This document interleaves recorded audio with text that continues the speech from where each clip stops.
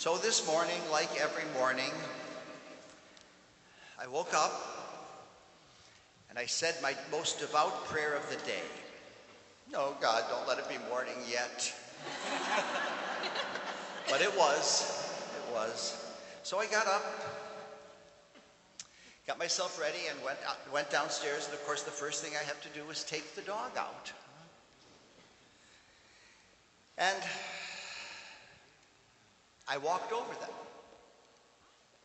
Or I walked in between them. I don't know. I didn't see them there. I do that every morning, pretty much. Did you do that this morning when you went out to pick up your morning paper? Did you see him there?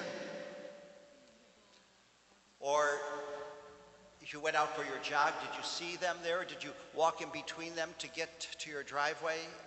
You know who I'm talking about? I'm talking about Lazarus. Lazarus is on your doorstep, you see. He's on every doorstep. He's on our doorstep. He's on my doorstep and your doorstep every day. Do we see him there? Or are we like the rich man? The rich man in this gospel has no name. He's anonymous. Do you know why that is? Because he has your name and he has my name. We are that rich man, that rich person. And his sin was not that he was wealthy. His mistake is not that he had possessions. His sin was that he was blind.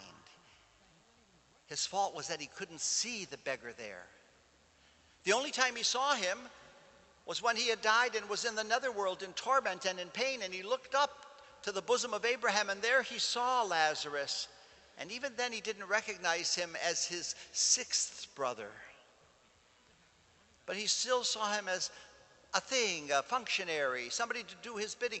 Father Abraham, send Lazarus to dip his finger in water because I'm thirsty. Or send him to my father's house to warn my 5 brothers. He didn't see him as a person. And Abraham says there's a great chasm between us and you. Abraham didn't say God put that chasm there. I didn't put that chasm there. Abraham didn't say, why is that chasm there? It's because of the rich man. That's why there was a chasm that was still there. And no one can cross from your side to our side, and we can't cross from our side to your side. This great divide, this great separation, this great distance. And it's these divisions, it's these distances, it's these separations, it's these chasms that still keep us apart from the Lazaruses of our lives and our worlds. And this can be on a personal level, and it can be on a social level. On a personal level, it can be the Lazarus who is on your doorstep, who works in the next cubicle in your office, or lives in the next room in your residence hall, or is at the next shopping cart in the supermarket line. That Lazarus that we don't see. Or on the text that we receive on our phone, or the phone number that comes up on our television screen because we don't want to answer it, because we know it's a relative we don't want to talk to, or someone we've had a breakdown with. These chasms on a personal level, the hurts, the grudges, the insults, the annoyances. But these can be bridged, these can be healed, these can be overcome by charity, by love, by forgiveness, by understanding. But then there are other global, social divisions. The space between the rich nations and the poor nations, between executives and those who barely make minimum wage, between the right and left in our political system, between men and women who are mistreated in our economic system, between those who respect life and those who do not, between those who have access to health care and those who have not. The space between those who have human rights and those who have human rights denied them. The space between those who seek to accumulate possessions only for themselves. And what do these possessions do? They insulate them and they isolate others, or those who focus their lives on the needs of others.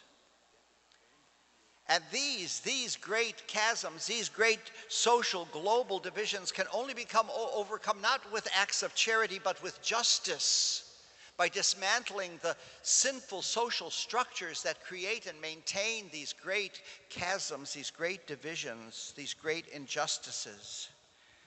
Interestingly, Oscar Romero, someday soon to be Saint Oscar Romero, Archbishop of El Salvador, once said, "When I feed the poor, they call me a saint. When I ask why are they poor, they call me a communist." Well, Lazarus is there, but do we see him in the morning when we go out our door? Interestingly, of all the liturgies and the missals and the sacramentary books and all the holy books, for all of our worship as Catholics, the funeral liturgy, the last liturgy that'll be celebrated for us, ends with a prayer. And of all of the thousands, you've heard me say this before, of all of the thousands of possibilities of the names of the saints, the thousands, the tens of thousands of saints, of the thousands of names in the Bible, of Mary, our mother, of Joseph, patron of a happy death, who does the church choose to be the last person in our prayer for our lifetime? Lazarus. In paradisum deducante angelo. May the angels lead you into paradise. May the martyrs come to welcome you and take you to the holy city, the new and eternal Jerusalem. And where Lazarus is poor no longer, may you find eternal life. And we have lots of funerals here. I don't know how many we've had this summer, dozens of funerals. And I always think, as Sister Jeremy and I lead the casket or the ashes out to the front door of the church, it's not just the two of us leading the procession, but walking with us is Lazarus. And when we get to the door, Sister Jeremy and I come up the side aisle, and Lazarus goes out the door with the deceased, as he will go out the door with each one of us. And the question is, what will Lazarus say to us? Will he say, "So long, go that way to the netherworld"?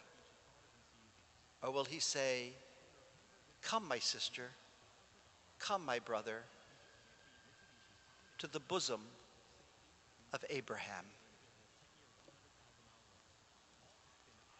Let's stand and pray.